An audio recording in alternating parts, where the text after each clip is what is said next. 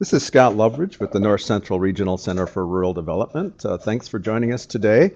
We're pleased to be hosting Tim Borich today's webinar.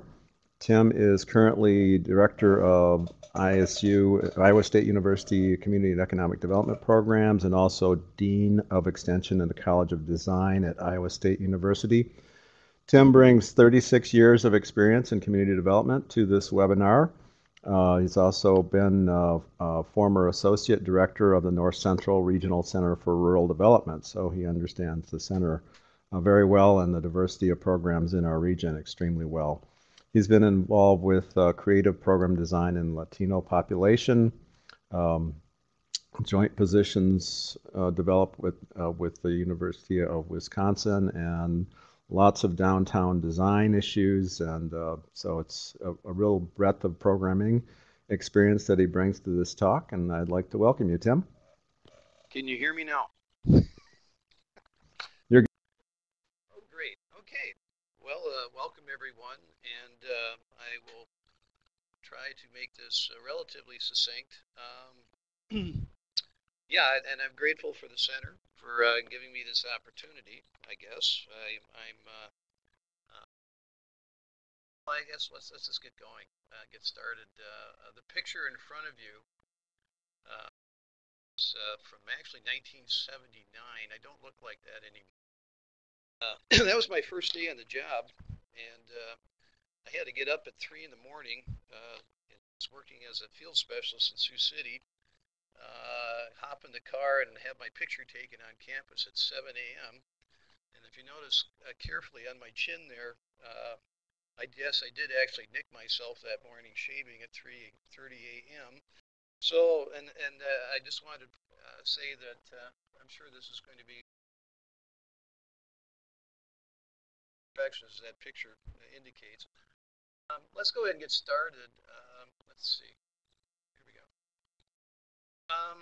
Scott asked me to kind of look back and at my experiences over time in the various positions I've held and talk about at least what I perceive as the seeds for success when it comes to, and it's been called many different things, CRD programming, community resource development, community resource economic development, community economic development.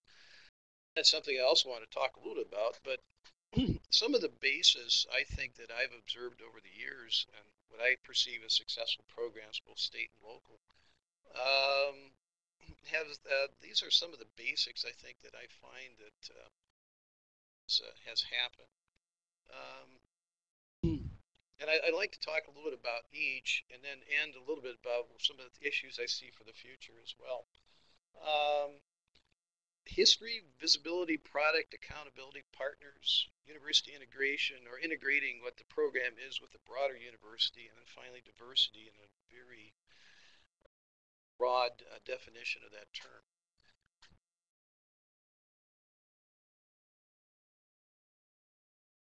Okay, and actually I got my date wrong. That isn't November 9th, but it was 1979 in November when I started.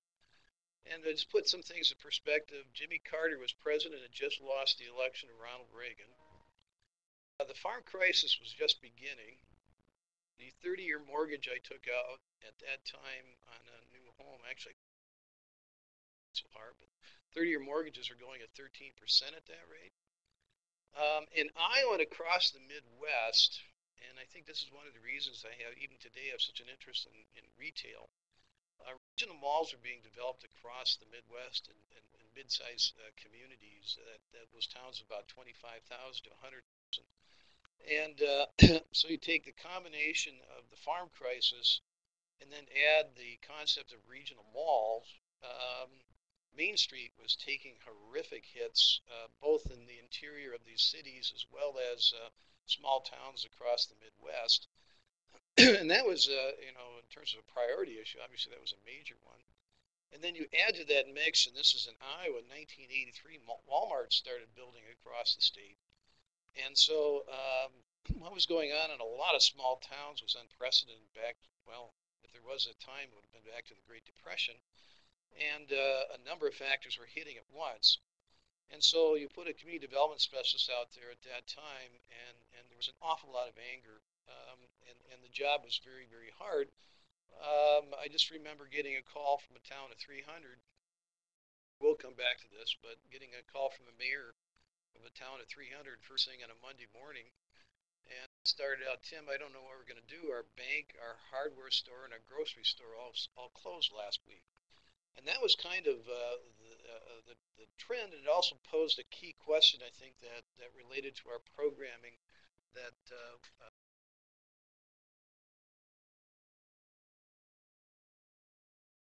and as again, and I'm not, Scott already covered a lot of this. One of the big things when I left Sioux City in the field specialist and came to campus to earn a PhD,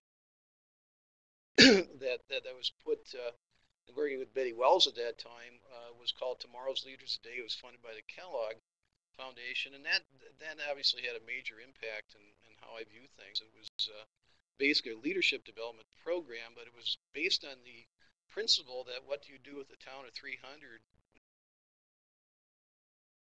Fundamental principle behind it was to develop clusters, if you will, where those small communities could work together, which really hadn't been happening much up until that time, and it was a very, very successful program.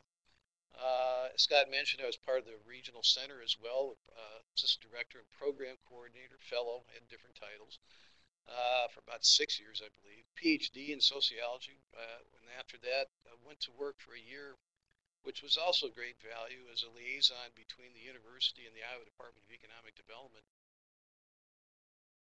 At that point, I was grabbed by planning, at first as an adjunct, later as associate professor, and the only reason those other things because associate director at IDRO and then ultimately extension CED. So I've been involved with administration, university administration for almost 20 years, and over 10 with administration with extension. So let's go to point number one.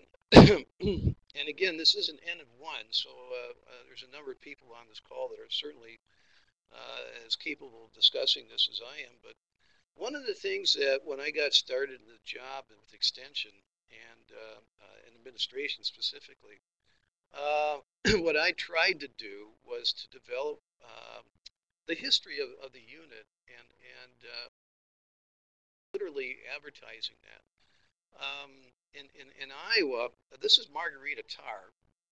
Margarita, from I think the 40s and 50s, was our first urban planning extension professor. And yes, that's a planning extension planning professor. And she laid out a number of, to this day, even worked with communities on town squares and main streets and farmstead landscaping and a number of community. But what I'm trying to do with this and also others was to demonstrate that although everybody didn't know what we did at the time, we've been doing it for a long time. We had been in this game, so to speak, of community development. I think that was very important to make that statement, both internally within the university and extension, as well as to our clientele. And we used it quite a bit to market our program, especially as we talked about some of the anniversary dates of extension.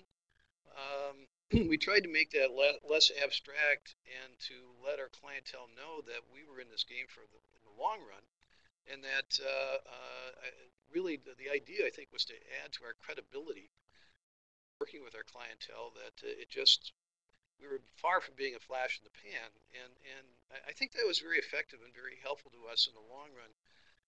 In terms of the future, and I'll come back to this, but I think that's something as a group we need to work on. A lot is being lost in terms of what was done in the 50s, 60s, and 70s in community development extension. And I think there are valuable stories to be told. And again, as we look to reemerge, if you will, as community development as a major national program, this history, I think, can be actually help in that effort. Visibility. Well, we did all the normal stuff I think everyone has done. Old and new media in terms of Facebook, blogs, websites. Key one, which I'll cover in a bit, has been our paper newsletter, and I heard all the advice, and we went to a color paper newsletter. And I think that's been extremely, actually, for our particular clientele, that's been extremely effective. Basically, I know it sounds kind of goofy, but we went a different direction than everybody else was going. And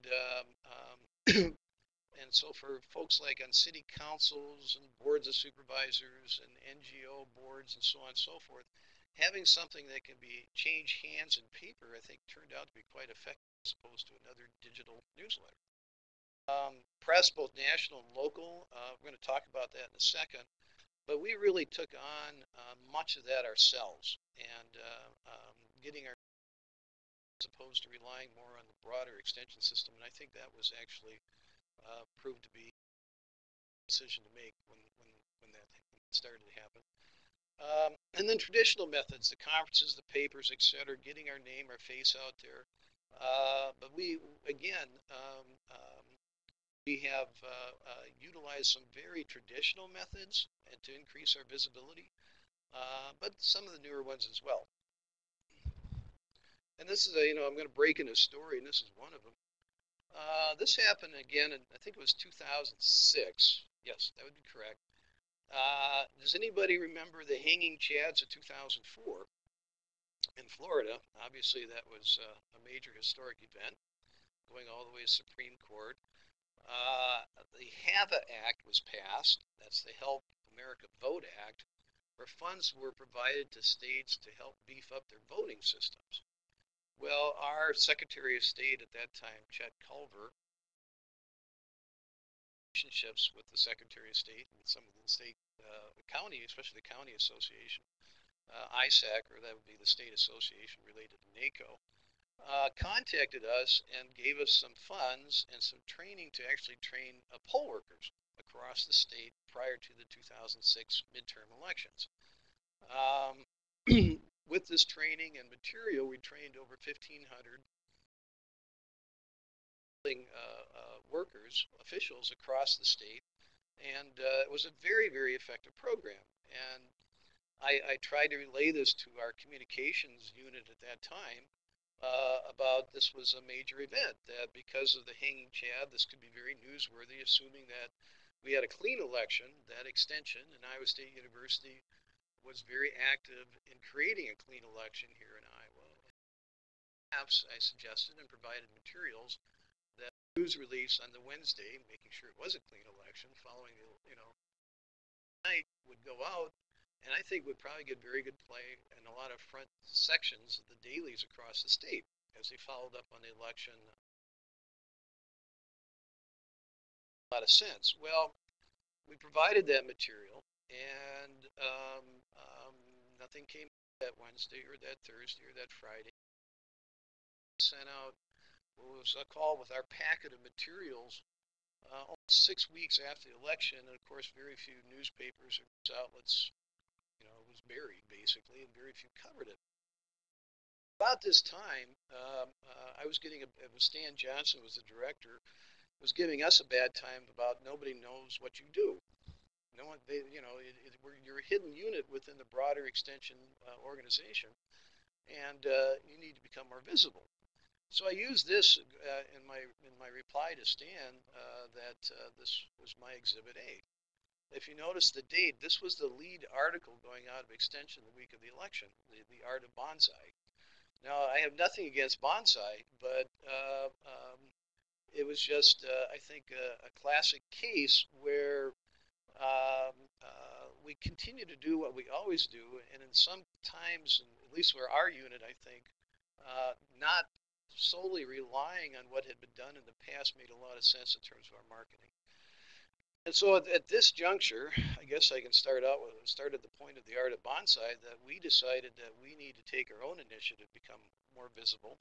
Not that we don't work with the Extension Communication Unit, or especially the University Media Relations Unit, but we have taken it upon ourselves to do our own thing. And I think that our message out and not rely on others.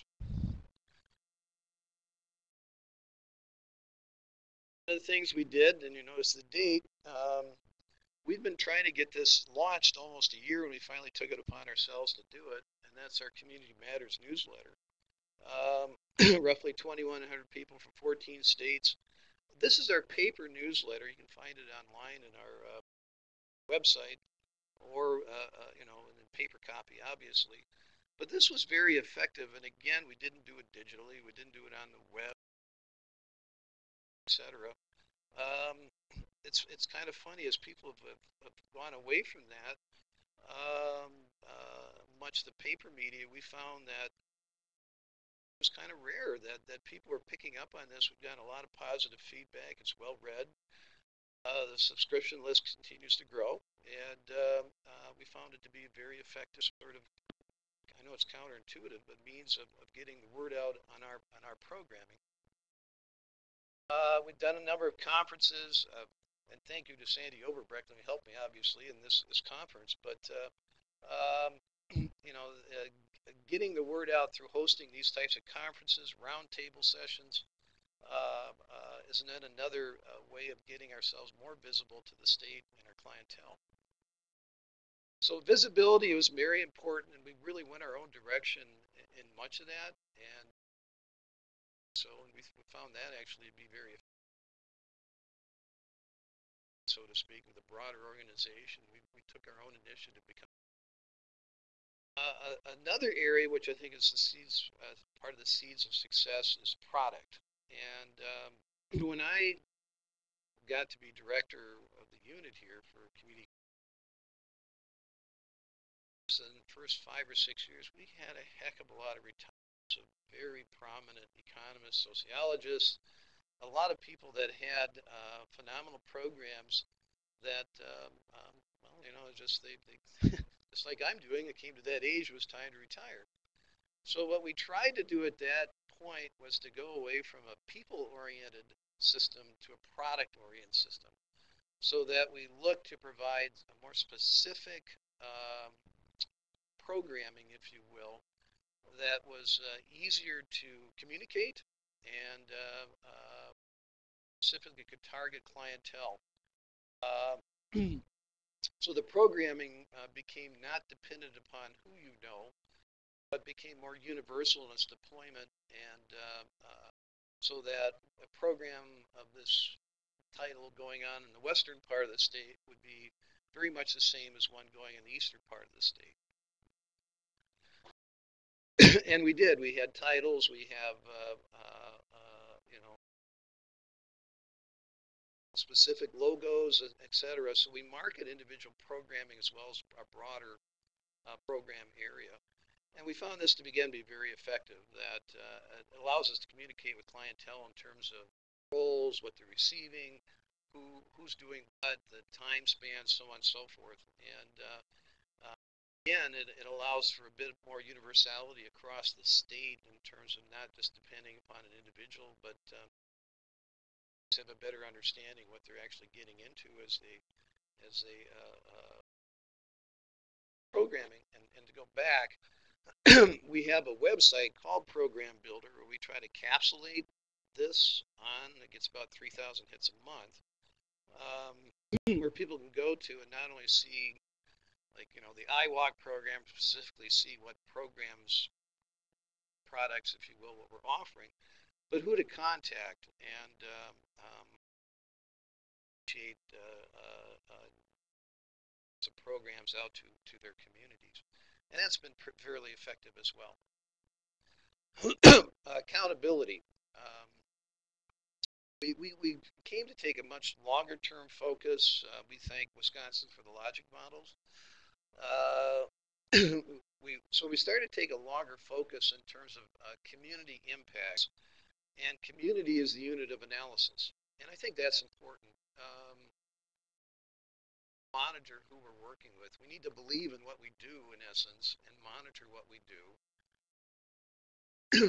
both in context of reporting, but also communicating with our clientele as to what's actually happening, and both in a formative sense as well as a summative sense. So we got big into, over the course of the last 10, 12 years, data collection for the understand what our programming was doing in terms of impact on the community. and attempting to design programming that related to those long-term impacts. Now, I know I've been on some conference calls in the past. We've talked about this, and I know there's a national group working on this. But I'll stick to this. I've said in the past, and I'll say it again, that this data collection reporting should be for you as a unit, as individuals involved, community development. Very effective in incorporating that kind of information in grant writing, our newsletter, marketing the unit. So it's not just for the USDA or NEFA or your border regions or whatever, that monitor your system, although that obviously is important. But a lot of the information we collect has a usable function, if you will, for our programming as well, and that hopefully remains a major impetus towards why we collect data and its utilization. The reporting system that we have as part of this, the website reporting system, has been going on for over 10 years now. Been going through a number of modifications. It's currently being modified again. But the term attribution has come out of this and seems to be spreading somewhat. The idea being that looking at long-term impacts, and it does take often years to see the true impacts of our programming, our educational community development programming, to be able to monitor that over time and then have a system in which contacts are sustained and asked about longer term impacts and attribution back to the programming. Those are key factors that we try to stress, and to be honest, even with all this in place, that if one goes back to the Catholicism, they talked about sins of omission and sins of commission. Trust me that we omit a lot of our impacts just through lack of reporting.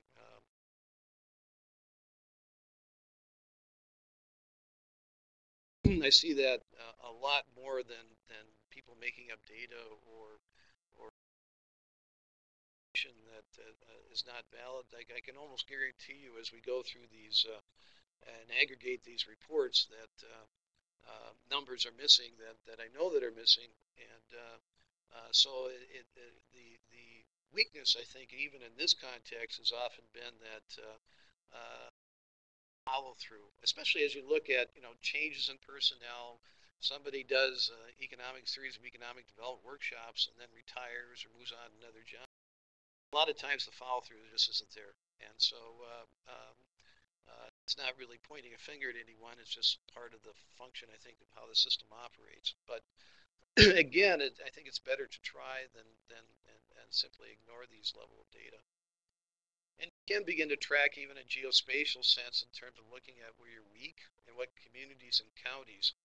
Again, if you're using the community as a point of analysis, a unit of analysis, then you can start looking at, well, there's certain parts of the state that our programming is intensive over time, or there are other parts of the state that maybe we need to make and do a better job delivering our program to those areas.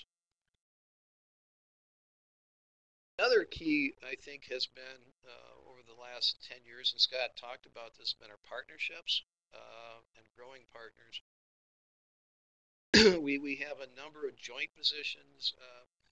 Scott mentioned the joint faculty line with the University of Wisconsin and the extension system in Wisconsin. We're just interviewing now a joint position South Sioux City area, will be a joint position with the University of Nebraska and the Nebraska extension system. So these are the kinds of partnerships. We have a joint position with the League of Cities on city finance education. We have a joint position with the Iowa Association of Regional Councils. We have a number of positions with field staff, and so I think we have a reputation as a good partner, and it helped us over the years. And I think one indication of this is off the university website. This is straight off the university website, and I think this is an indication of the focus that we have as far as relational, I guess I would say, grant writing that notice that, and this is, I think, it's a grant writing class, and usually if you can hit 1 out of 3, you're doing pretty good in the grant scheme. Our success rate's right around 91%, and I think of that, a lot of that has to do with being relational and looking over partners coming to us, as an example, sole source contracts, also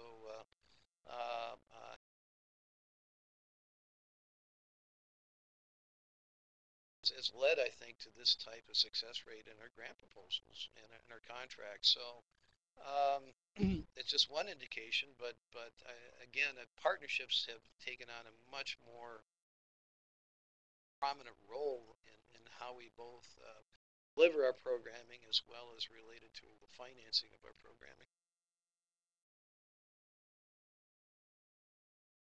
And I mentioned shared personnel, multi-state.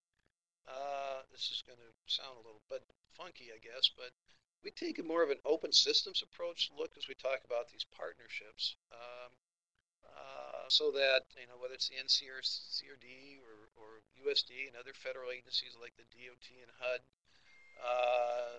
economic development organizations, nonprofits, state agencies, DNR, as I mentioned,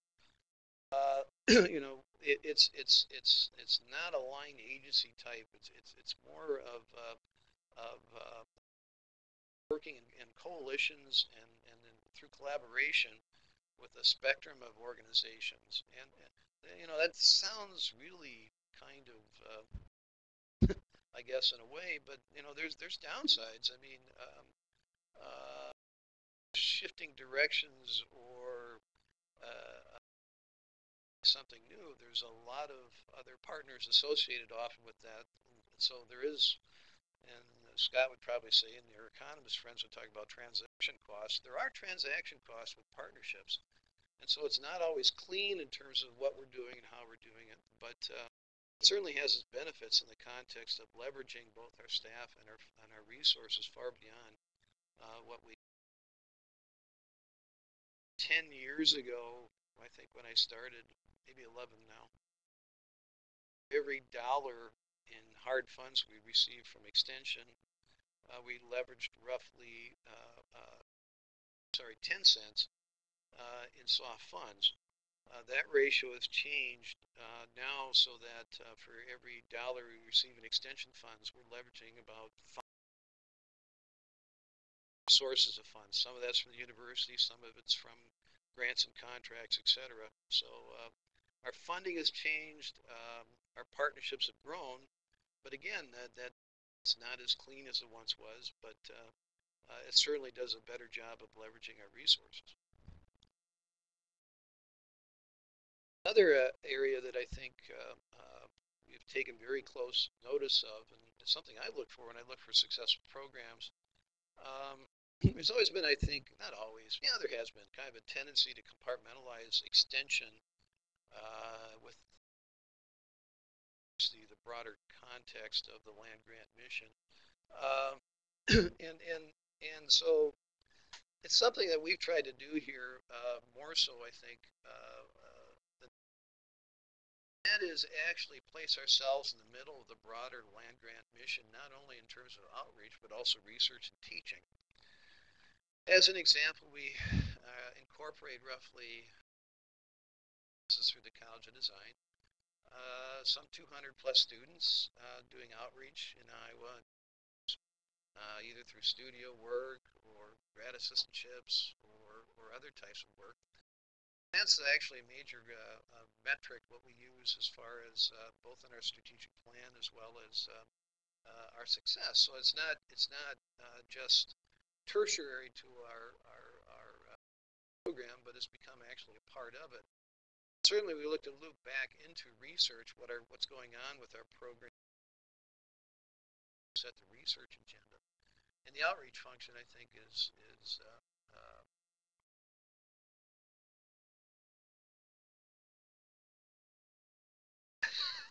the outcome, I think, though, is a much more broader perspective as to our role within the broader university mission, and and the metrics associated with that. So I'm this is something that needs to be looked at CED and CRED and CRD programming. That again, land grants tendency, I think, is to compartmentalize, where we have, as an example, community side, and then we have CD extension programming someplace else that attempts and dialogue needs to exist between those, so that possible the efforts are leveraging one another and integrating something both within our broader extension system as well as within the unit that see. Well, okay, so let me back up here.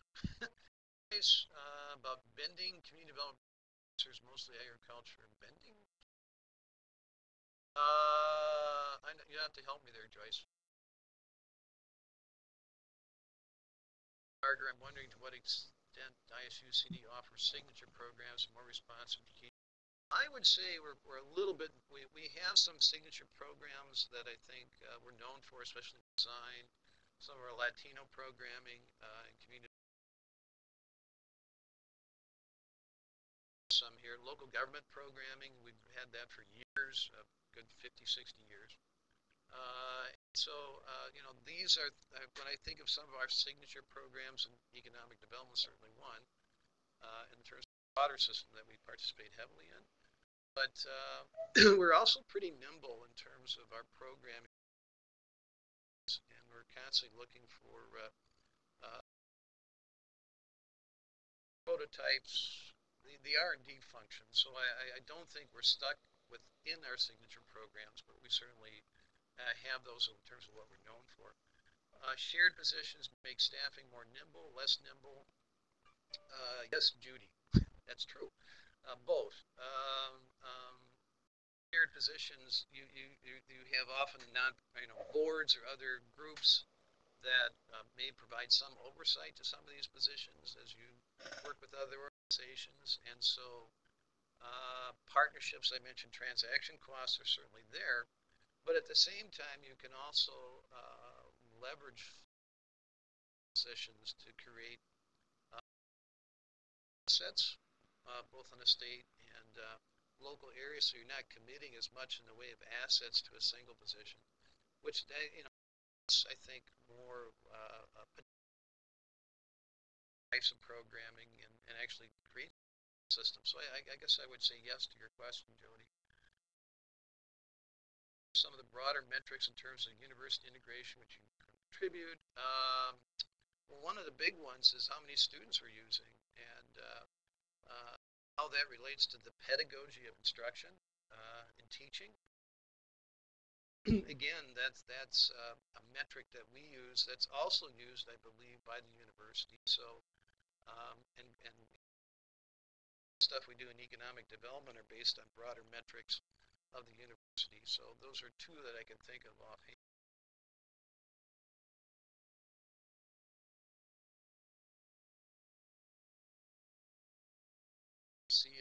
See a group that can facilitate meetings for the ag community rather than having program with its own audience as a mission. Joyce, you have to live within the bigger system. I understand that, and whether it's avian flu or focus groups related to or cow-calf operations, we do that kind of thing. And we try, and we also work with broader contexts. We've got science, community art, and 4-H. So I mean, it's not as if we are segregated, but we try not to get, and this is going to sound a little up, lost within that we have our own identity, that people are as an important piece of extension, and so that it's just very, very easy, just like in the context of the art of bonsai, to get lost in that bigger picture if you're not careful. Only 5% of the budget here, and I think that's about the national average. It's very important for us and the communities we serve to create our own identity so that they can better access us. Okay, I'll keep going, Michael. Diversity. Now, if we go, if you go back to your basic 101 in human ecology or populations, if I remember correct, as the axiom goes, diverse populations are better. Diversity in our programming is a major piece that I think over the last 10 years we've tried to focus on, both in terms of personnel. Remember that black and white picture I started out with? Well, the first meeting I went to it was community resource development at that time. If I remember correctly, roughly 30 some people in the room at the meeting. African American who actually retired that year, and all the rest were white males. I think if you looked at our staff today, it would be a much literally different picture. And I think that's important, both in the context of who we serve as well as who we are. And that's been a major, I think, change that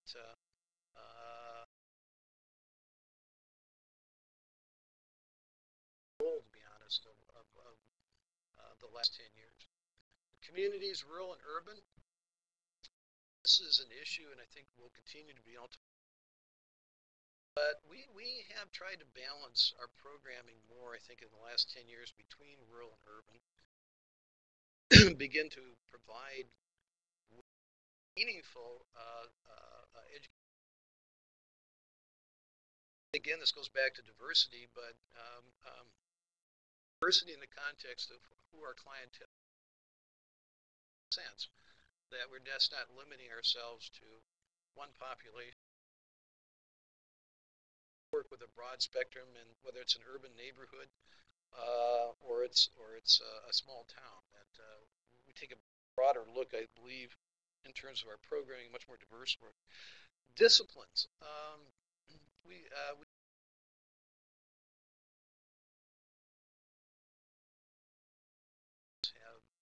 community economic development faculty as of years ago. And so we have tried to be very diverse in what we're drawing upon. So, the traditional community development program has been either nested in ag econ or rural. Certainly still have quality staff and faculty in. It's much broader, and we continue to look to hired and this is actually money from the provost. This year, someone in historic preservation in the planning department, someone in real estate, economics between and planning, and then the third one is in art, working. These are all extension positions in the area of community art, which I think Mary Simon Lucy, because we basically stole Missouri's idea.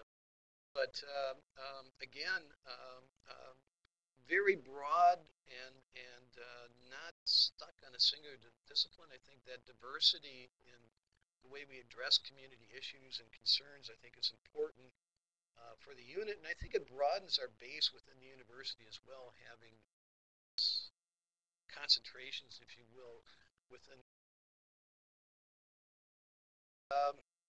As I mentioned, we're much more leveraged than we were. We have large numbers of soft funding sources. So if you think of your classic research center on campus, that's almost where we're at as far as our funding goes. Some of our soft money, since '96, so it's not, it's quasi-hard funds almost. But again, we have not exposed ourselves, I think, singular funding source, soft funding source for a major try to make our financial and again, if I'm going back to say, yes, there are transaction costs associated with that. But again, exposure, is more limited. So, and I think the availability of more partnerships in building the program with more partners that was mentioned earlier is there as well. Diversity in clientele, I mentioned urban. I think Latino population, we've made a major effort over the last 7, 8 years, and I think of us growing and established ourselves more with that community. Certainly, some of the diversity within urban areas, I think we've becoming more focused on and addressing needs there. And I think graphically, we, in some respects, especially within the urban, some of the urban centers that we have across the state, have basically looked at and become especially those mid-sized cities. So diversity in the context of our eggs are not in one basket. I don't know how to describe that. We're not solely dependent on extension funding. We're not solely dependent upon USDA funding. We're not solely dependent upon any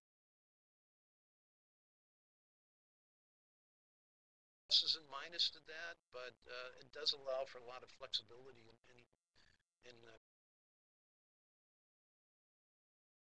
and I finally, I'll wrap up and this as we look to the future. And I've used this in the past, and I'm old guard, you know. But issues for the future, and what I'm using here is called semantic differential. Osgood, if I'm not mistaken, and so later on when we talk about social media from Cornell, this is quite widely, and it's actually not a bad small setting, even visioning piece to use in a setting like that for facilitation purposes. I've done that in the past.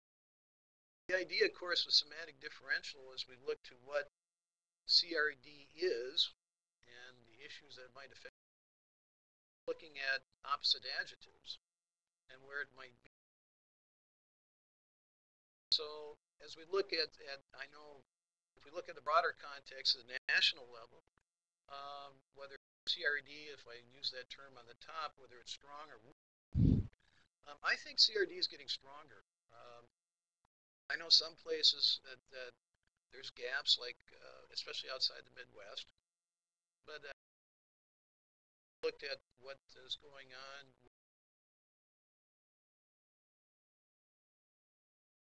Second position seem to be coming back in focus a little bit nationally, which I find very encouraging.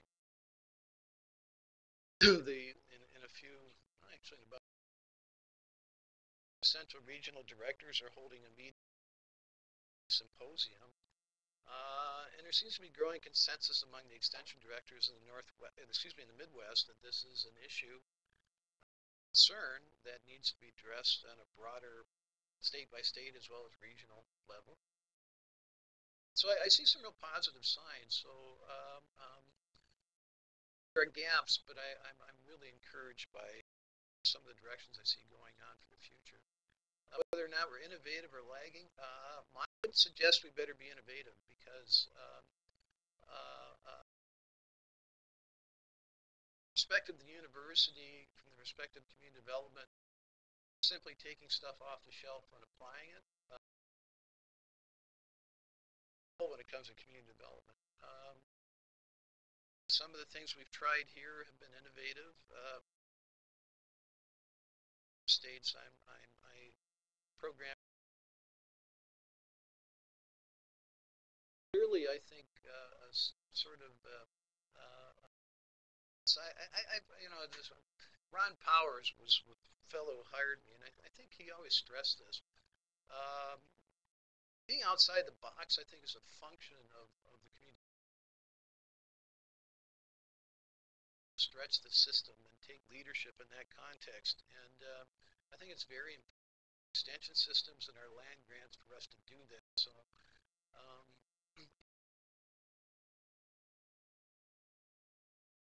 The question was brought up, ag-oriented versus university-wide. Sent out from NEFA years ago to the extension, asking this question in terms of direction. You can probably guess I'm more on the university-wide. I think that's something that community development needs to go towards, and that is through the agriculture acting as sort of a lead role in broadening it. But there is so much. I would love to have a history extension professor as an example. I would love to have someone in marketing, the business school, or journalism. Look at community development. I would love to have someone in graphic design. When you look at community development and the issues, concerns of the community,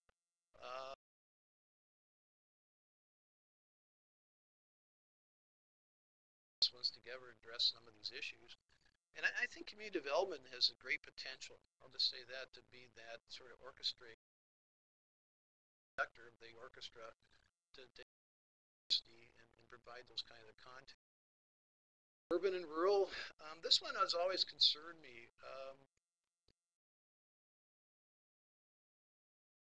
At some point, it behoove us to begin to look at urban in a much more sense. I know this came up at NACDEP.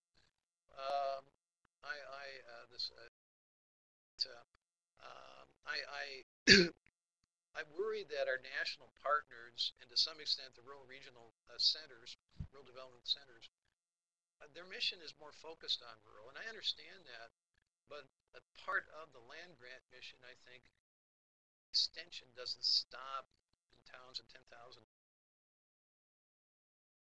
So it's something that and I'm not sure how we orchestrate that. I see that as a real need, and see that as a great, it's something that community development, I think,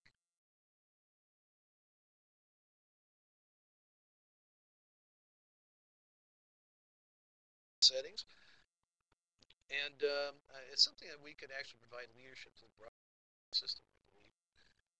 Leaders and followers, system you're in.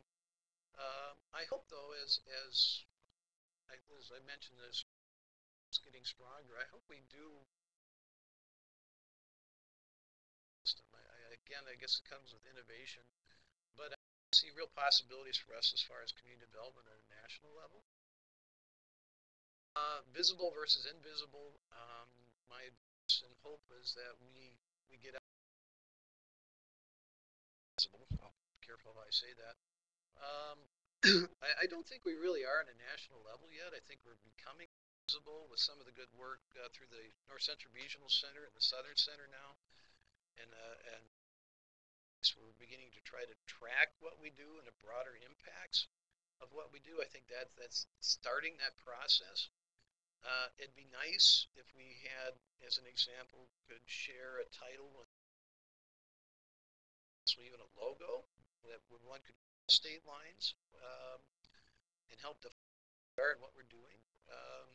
But I think we need to think, and hopefully sometime in the future that'll happen, where visibility itself will become the issue, and as a more big one here in Iowa. We talked about the Iowa model in the days of Stan Johnson, whether it's market-driven or public good. I know the University of Minnesota's done a lot of work in this. We're somewhere in the middle here, and I'm not sure where we're going with this. You've heard me talk about transaction costs and diversity of funding. Clearly, some of that's market-driven. And people coming to us sometimes, often actually, with funds saying we need this. So to some extent, our programming becomes market-driven. But then, if you define what you do in the context of product, and you don't just go and staff where you're going to have the greatest impacts, that's not your defining factor. Clearly, there's associated with what we're doing. Versus university. I've heard this at NACDEP a number of times and other places. We have to strike a balance, I think, as our approach to that. Needs of the communities that we serve, as well as, and to some extent, the needs and mission of the university. I talked about hopefully we're known, which goes with visibility. I don't know where we are in terms of risk taker being risk averse. See both actually. Um, I would like to see community development being more risk taking. I once gave a talk at Purdue where I mentioned get in any trouble as a community developer, you're probably deal with community issues, we deal with concerns and communities problems. These are not always clean. And so we need to take risks. We need to believe in what we do and a little bit more, I think, in terms of risk taking and have the comfort to do. I think you know where I am on this in terms of integration. I've already spoken to that. In the future, in the past, I see a bright future. I really do. I think the potential is great for community development programming, both here and states. I'm very optimistic. So,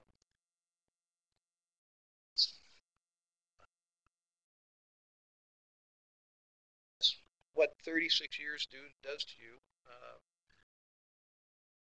I didn't cut myself shaving when I took this picture. So, any questions or thoughts at this stage?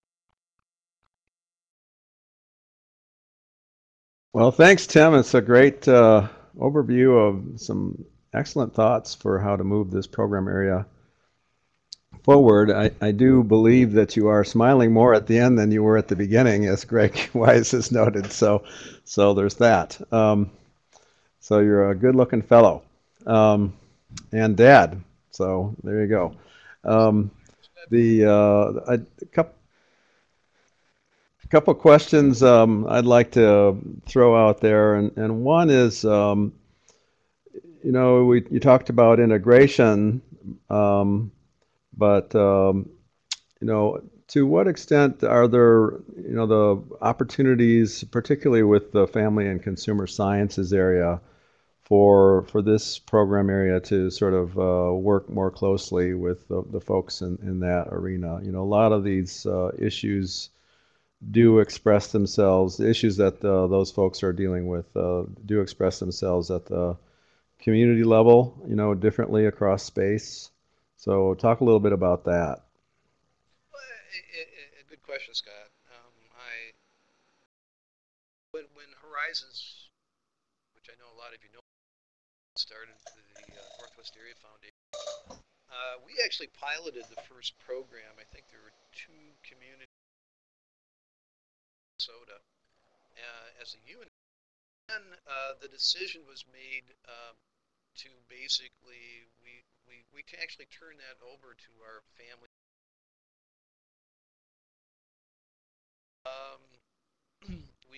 There's a number of reasons for that. One of which, though, I think was that if I go back to this portfolio, we didn't want to put ourselves in a vulnerable position to have a lot of soft-funded personnel at that time. We wanted to fashion. But we've done quite a bit of work and joint work. We're doing actually programming with joint funding of and program as well as Exito and El Norte. You saw that, the DVD series. We're doing quite a bit more now with human science, as it's called these days here in Iowa, as well. So yes, you know, I think I would as I stated earlier, we sustain our individual identities and extent networks, but it crosses more and more, and excellent working relationship with science faculty and staff. Well, great. One more question that I had was more of a strategic issue. So, you know, when a new topic comes up, you know, sometimes you jump in and you address that, and sometimes you try not to, I guess. And it might be, you know, the fact that it's kind of a flash in the pan issue, and maybe there isn't enough time to gear up, or it could be that it's just, so far out of one's area of expertise that it's just really not appropriate. And how do you decide when to draw that line? And how do you communicate that to administrators who may be, asking you to stretch a bit when that decision is made, whether it's to get in or not? Well, again, you alluded to it. Expertise, do we have it? Do we have something to contribute, I think? And don't, can we acquire it in short term? No to those, and I think our administration has been relatively flexible in that context, understanding of our approach, though, a lot of community work, we tend to take a longer perspective. Whether it's biofuels and what was happening with ethanol plants across the state a few years ago, or the floods of 2008, or the avian flu crisis here in Iowa and Minnesota. I think our role is to look at the longer term as far as communities and so the planning aspect, the on adaptability and flexibility at the community. So I guess my response to that last one is that sustains one's view that the community is as to what we're doing perspective, and I think we have. It's both design and planning and facilitation, goal setting. Folks that were less adept at responding to a crisis by next Thursday, I think we're more adept at saying how to prevent the crisis in the future, or at least mitigate against it. So I think we've been consistent in our response in that regard. Well, Darren has a question. It's the startup companies.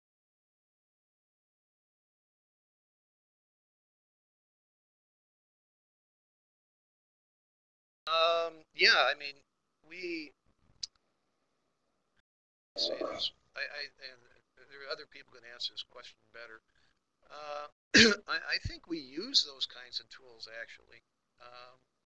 I'm always a little bit, I have to know where they come from, and I have to have a sense of viability of these types of sources.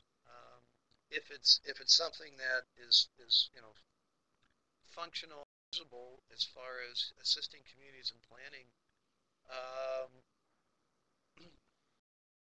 something that we may end up doing a workshop. So we don't shy away from it, just like GIS and some of the data sets that we incorporate. We actually contract with ZOA, a data from public sources, and makes it more usable and user-friendly for us. So we're not beyond looking at the private sector. Kinds of well, again, Mary, I don't know, again, or if it's a source.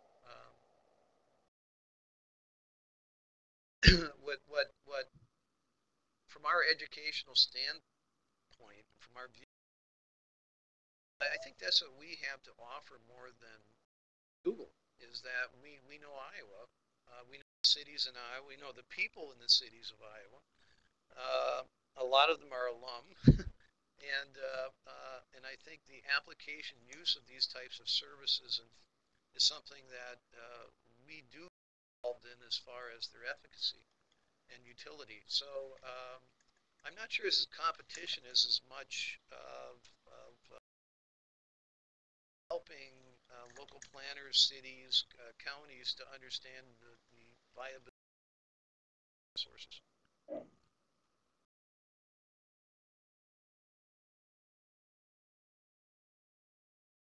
And I think that's more of a comment from Mary than a question. Yeah. Well, this has been great. Really appreciate you taking the time to think back and think forward and give us some guideposts for our work. And we certainly wish you all the best as you move into a new set of activities in September. And hopefully you won't be too much of a stranger. I think you're still going to be part-time at that point. So Mostly hopefully teaching. we'll, Yeah. And that goes for you too, Scott. yep. Okay, Okay. good point. All right, thanks very much, All right. and Take care, everyone. we'll yep.